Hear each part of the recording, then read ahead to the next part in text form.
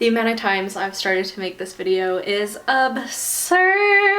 So we're just gonna do it. I read 52, I should probably stop clapping. I read 52 books this year. And I wanted to talk just a little bit about each of the books I read. At the beginning of this year, we started off really strong with The Talented Mr. Ripley by Patricia Highsmith. This was immediately within a couple of pages a new favorite. I always enjoyed the movie, but quite honestly just didn't realize that it was based on a book, which is fantastic because now I have a whole series to read, which isn't something that I've gotten to do in a really long time. But The Talented Mr. Ripley, if you like psych thrillers, if you like the writing style of like Oscar Wilde and The Picture of Dorian Gray, it's a very similar insight into a person's mind in the most like philosophical way possible. And I highly, highly recommend, if nothing else, watch the movie and the Amazon Prime series that's coming out soon starring Andrew Scott. 5 out of 5 stars. Next, in a very similar vein, I read You by Caroline Kepnes. I always want to say Kepner because of Grey's Anatomy, and that is very much not it, but I read You. I have seen the TV show on Netflix a number of times. It's one of my most rewatched shows.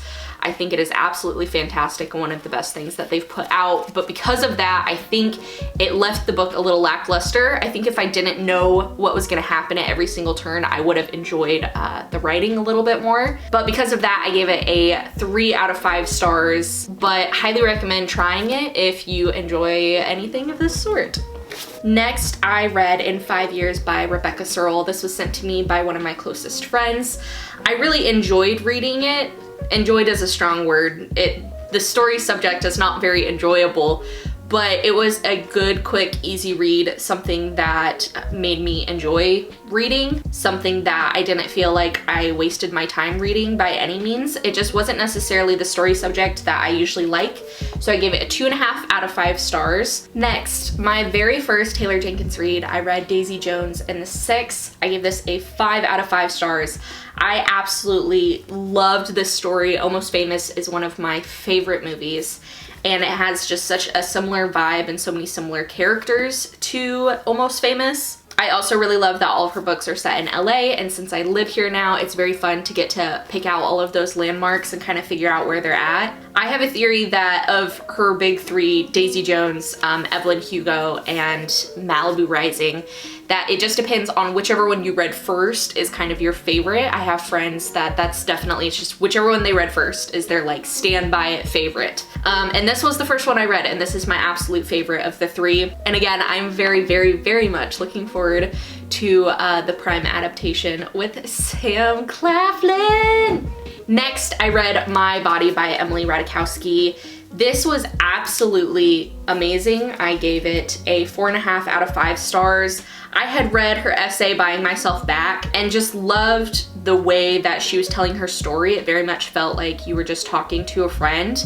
And although I think at first it felt a little trite for a supermodel to be writing a book about her body insecurities, it was such a good reminder that it doesn't matter who you are or what you look like or how much money you have or whatever, like you're still gonna have those insecurities.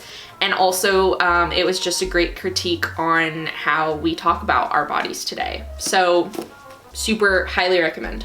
I don't have the dust jacket on it, so it doesn't look like it usually does, but this is God, I Feel Modern Tonight by Catherine Cohen. This is a collection of poems.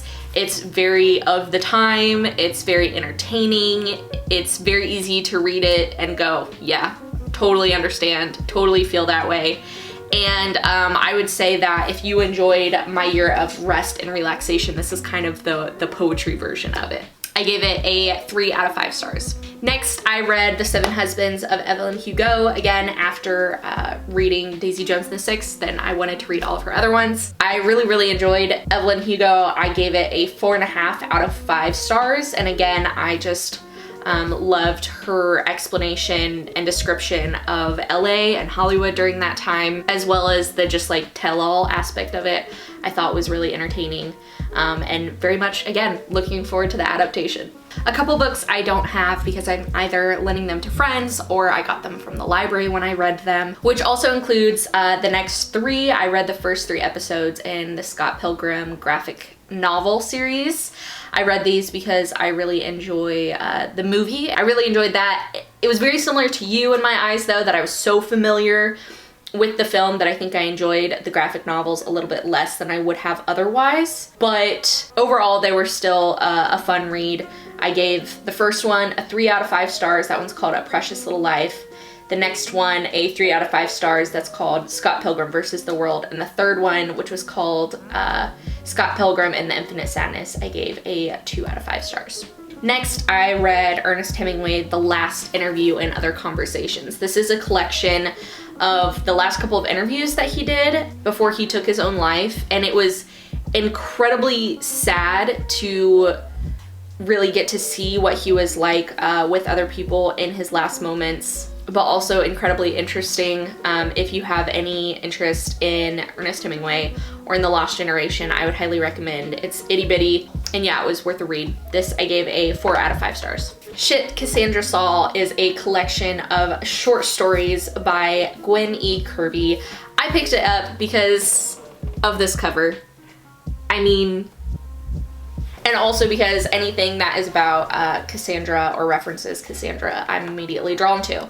So the first 2 stories, which include Shit, Cassandra Saul, that she didn't tell the Trojans because at that point, fuck them anyway, and A Few Normal Things That Happen a Lot, were phenomenal. Some of the best short stories I have ever read in my life. The rest of the short stories were a little lackluster. There were a few more that I enjoyed. A few more that I enjoyed. But otherwise, it was really just the first 2 that captured my attention. But I gave this a 2.5 out of 5 stars.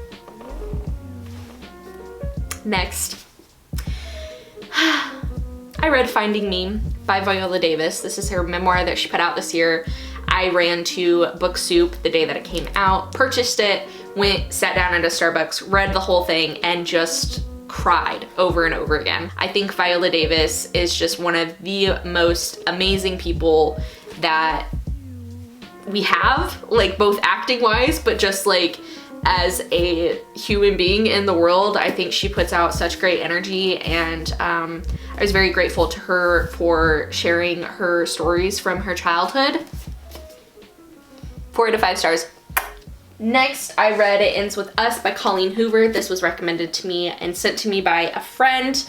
This is not super my kind of style. I gave it a 2 out of 5 stars, but I did read it in a day and want to know what happened, and didn't feel like I was wasting my time by any means. So I totally understand why people are loving her stuff, but it just wasn't totally my thing. Next, I read What We Do in the Dark by Michelle Hart, which I gave a 3.5 out of 5 stars. Again, I picked it up because the cover is just so intriguing. I thought that there were some really beautiful, complex characters in the book, very similar again to My Year of Rest and Relaxation, or if you enjoy Sally Rooney's books, I think there's a very similar storytelling through the eyes of a very sometimes unlikable main character.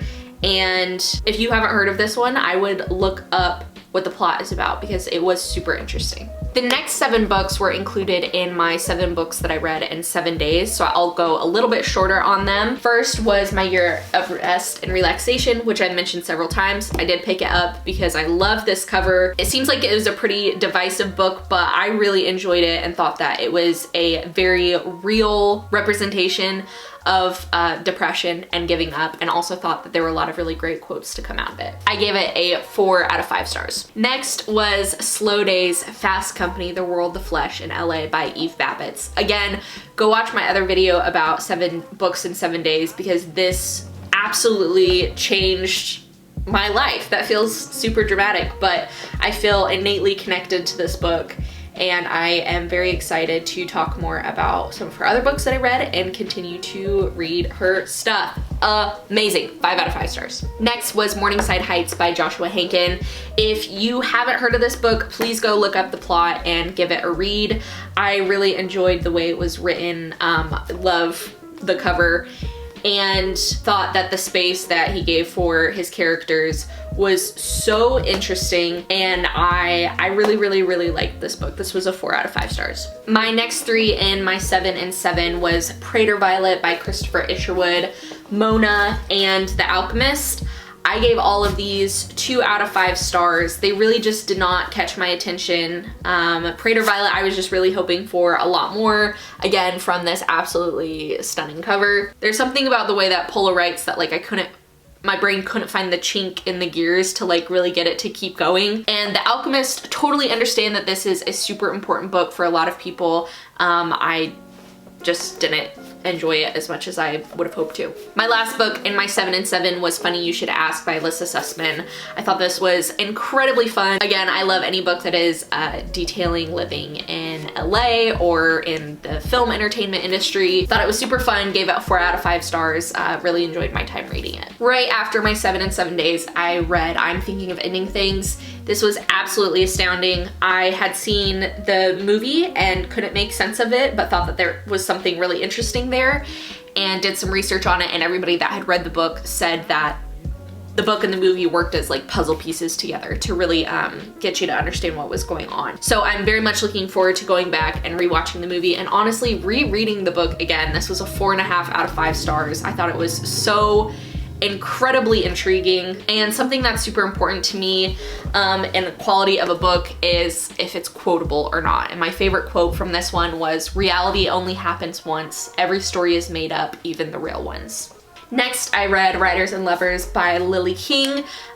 Beautiful copy of a book, and I love the title. This, again, this is very similar to Mona for me. Like, my brain just like couldn't quite click in with the way that she writes, but I did enjoy the storyline. Again, enjoy is a strong word, but like I thought it was interesting, and I understand why other people have really enjoyed her books, but it just wasn't totally for me. I gave this a 3 out of 5 stars. My first Eve Bavitz after Slow Days Fast Company was LA Woman. This is a novel as compared to Slow Days, which is much more a creative nonfiction piece. I think I would have just preferred if Eve would have just written this from what was clearly her point of view. I think that helps get across its genuineness, but I didn't love this one as much. This was a 3 out of 5 stars, but again, I think she's just phenomenal and just soaked up everything that she wrote this year. The last in my Taylor Jenkins reads this year was Malibu Rising.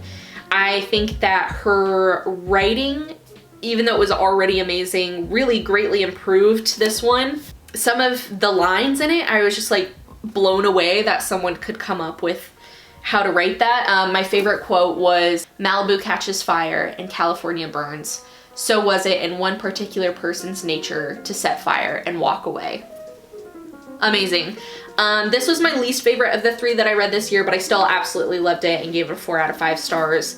I think that on a reread, I would enjoy it more. I definitely felt conflicted because I related a lot to Nina. And so I'm sure on a reread, I would be able to like let myself enjoy it a little bit more than my first read. But yeah, this was great. My first, Joan Didion.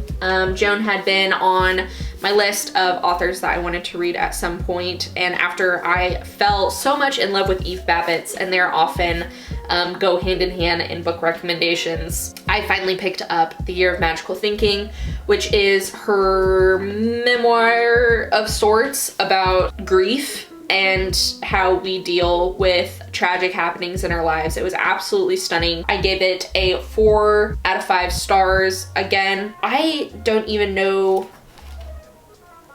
where to start with quotes. God, I could take all day. I think one of my favorites was it only by dreaming or writing that I could find out what I thought? Next was Cleopatra and Frankenstein by Coco Mellers.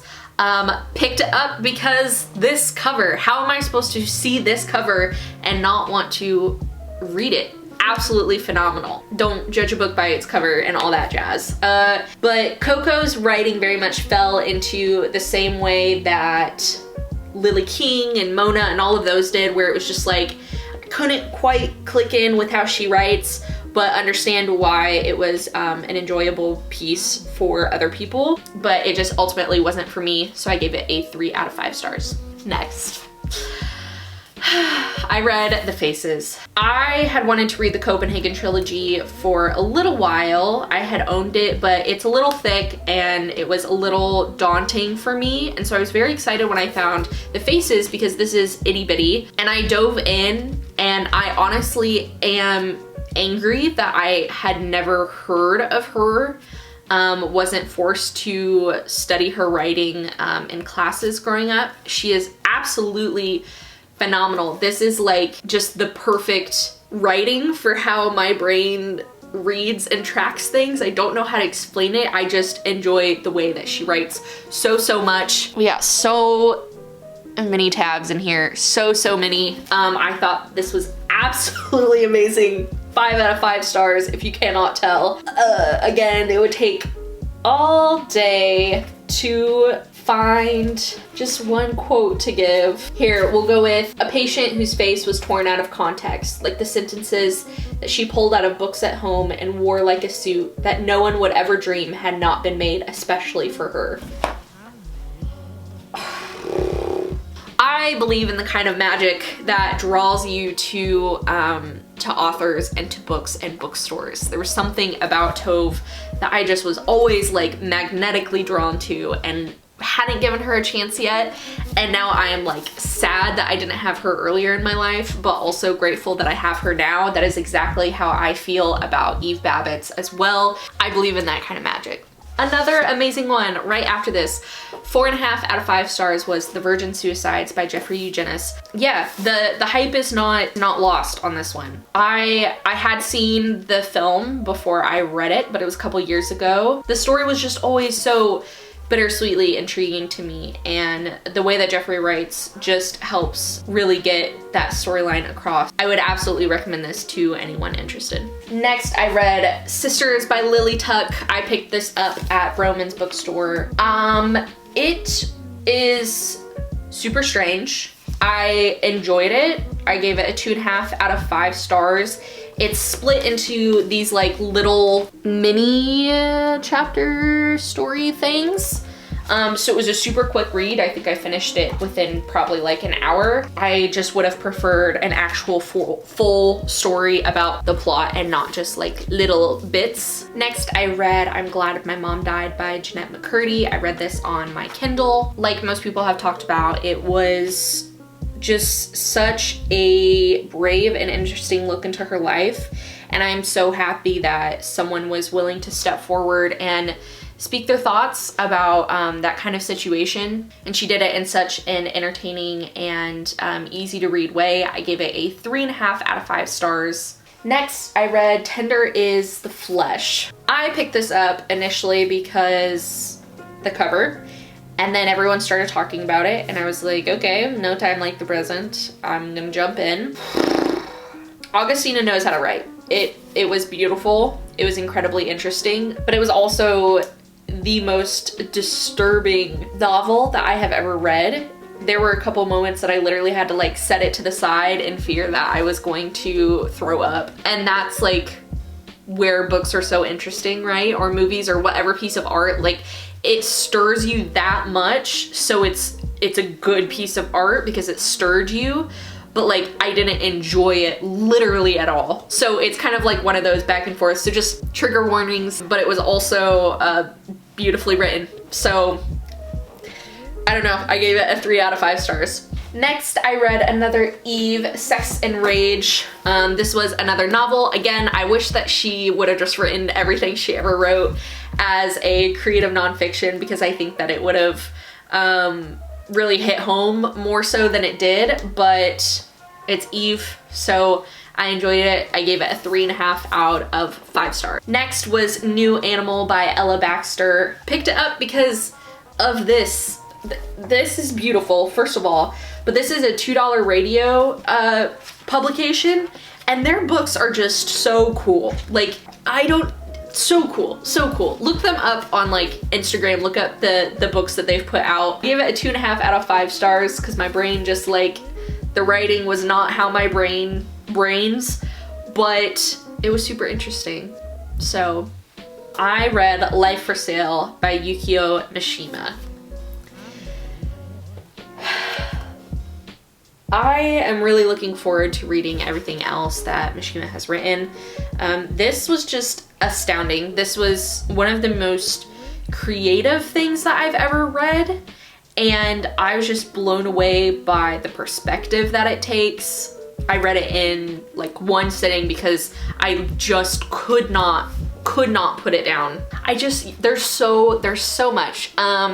Read the trigger warnings. It is about a young man who attempts suicide, but after it does not go through the way that he planned, he decides that, well, his life is just up for grabs now. And so he begins like selling his life for different tasks for different people, and then he meets all of these eclectic people because of this ad that he puts out for his life. The idea of it is this quote: "He was a man who had already died once. There was no reason why he should feel any sense of responsibility or attachment to the world." It was so interesting, and interesting feels like a false word because I need something more than that, but I was just absolutely enveloped in this story and would highly recommend it. 5 out of 5. The White Album Essays by Joan Didion, I also read on my Kindle. I gave this a 2.5 out of 5 stars. Joan Didion is a fantastic writer. I really enjoy her writing, but I'm not a huge essay person. It depends on what kind of essays they are, and like a few of the essays I really enjoyed, and some of them I didn't care about at all, and in the end of the day I was just trying to like get done with it. So that's how I felt about that one. Next, I read My Sister, the Serial Killer. This was a 3.5 out of 5 stars. A great story of sisterhood and family and how that transcends other transgressions that are being made. I thought that the writing was super interesting, and I would love to see anything else that she's written. Next, I read Homebody by Rupi Kaur. I really enjoyed her poem collections as they came out when I was in college because it was just like the space that I was in, all the angst, it just fit so well. But I can't say that I enjoyed this last poetry collection as well. And again, I don't know that that's necessarily because it wasn't as good as the other ones. It may just be the space that I'm in and the kind of writing that I like now. But I gave it a 1.5 out of 5 stars. Ripley Underground, the next in the Talented Mr. Ripley series by Patricia Highsmith, I read on my Kindle. I gave it a 4 out of 5 stars. I was very nervous to read the next one in fear that they didn't live up to the first one, but I just should know better. I should trust in Ms. Patricia Highsmith more than I did, and it was absolutely amazing. Another Brooklyn by Jacqueline Woodson I read next. This was a very quick read just about a group of girls growing up in Brooklyn and as they struggle their way into the real world as they grow up. It was very interesting. I gave it a 3.5 out of 5 stars. On the way home from Indiana, I read perfect timing. I read If We Were Villains by ML Rio. I read this on my Kindle and then loved it so much that I went out and bought a paperback. I am sure you have heard plenty about this, but it's just absolutely entrancing. You want to know what happens. You feel like you figure it out every chapter and then something changes and then you don't know what's going on.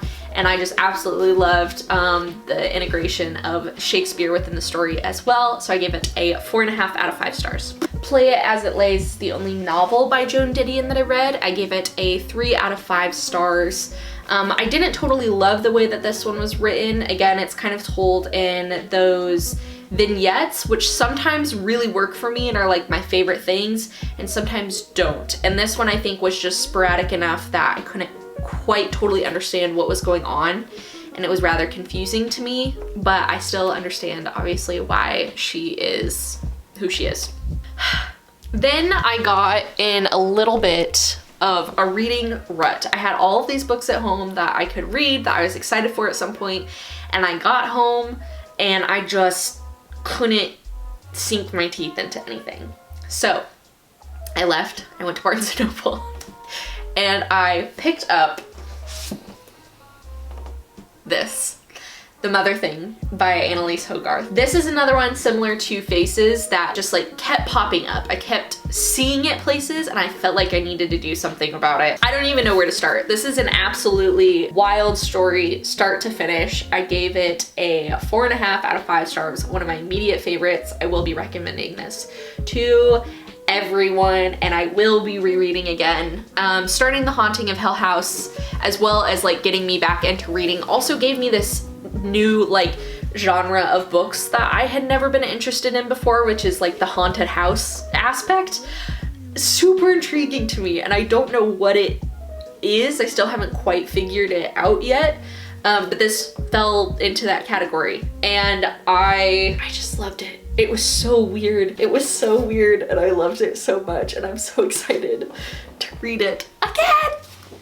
Very, very similar. Right after that, I read The Death of Jane Lawrence by Caitlin Starling. I gave this a 4.5 out of 5 stars. Very, very similar to Mother Thing. Will be recommending to everyone. Super excited to reread it. And I just want to climb inside of it. Let me find a quote. Okay, the basics of the haunting house thing that I'm obsessed with. This quote: "His gentle care and honesty had undone her, and this house threatened to scatter the pieces." Yes, yes, yes, yes. So as I was in my horror psych thriller bag, I decided to read Shutter Island. I had never read it before. I had seen the movie lots and lots of times because of Leo, and I really enjoy the movie. I love a good psych thriller. I just never read it before. So I picked it up, I read it in like one day. I gave it a 4 out of 5 stars. It was also very quotable. If you like the movie, go for the book. Another read in a day, Conversations with Friends by Sally Rooney. I read Normal People last year. I haven't yet watched the Hulu adaptation. I wasn't even sure if I was going to read the book because I enjoyed Normal People, but it wasn't my favorite. But there's something about the way that she writes that you can just like completely slip into it. And that's so satisfying to just like slip into a book and not even realize that you're reading anymore. So I gave this a 4 out of 5 stars. I did enjoy it. I don't know yet if I enjoyed it more than Normal People. I might have to do a reread to figure that out. But I am really looking forward to watching the adaptation now. Next, I read Everyone in This Room Will Someday Be Dead by Emily R. Austin. I gave this 4.5 out of 5 stars. I don't know what it is. The main character's specific brand of social anxiety is exactly what I have and have never been able to really put into words for fear of embarrassment. I didn't totally agree with everything that she did. I'm not as big into like catastrophizing and a couple other things, but her specific brand of social anxiety is exactly how I struggle with my social anxiety. And it was both wonderful and horrifying to find something so specific. But in the end of it, I really enjoyed reading it and recommended it to a lot of people. I finished out the year with We Have Always Lived in This Castle by Shirley Jackson. I really enjoyed Hill House, as I talked about. We Have Always Lived in This Castle was not as much my thing, but I still enjoyed it again for the haunting house creepy aspect of it, and also just to read more of Jackson's writings.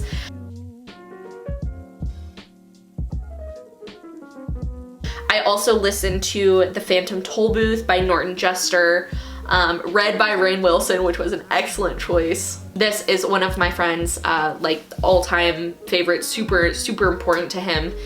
And it's so clever and witty and wise, and all of those words seem like not good enough words to describe what he did in this book, but it was just absolutely phenomenal, and I can't believe that I didn't grow up reading it. So I'm happy that I have it in my life now. But those were the 52 books that I read this year. I am so happy that I did it. I'm very proud of myself. I know 52 books isn't a lot to some people, and it is a ton to other people, and I just am happy to have fallen back in love with reading and to have found so many 5-star new favorite reads this year. So, and I will also be making a video about the 365 movies that I watched this year. So, okay, bye.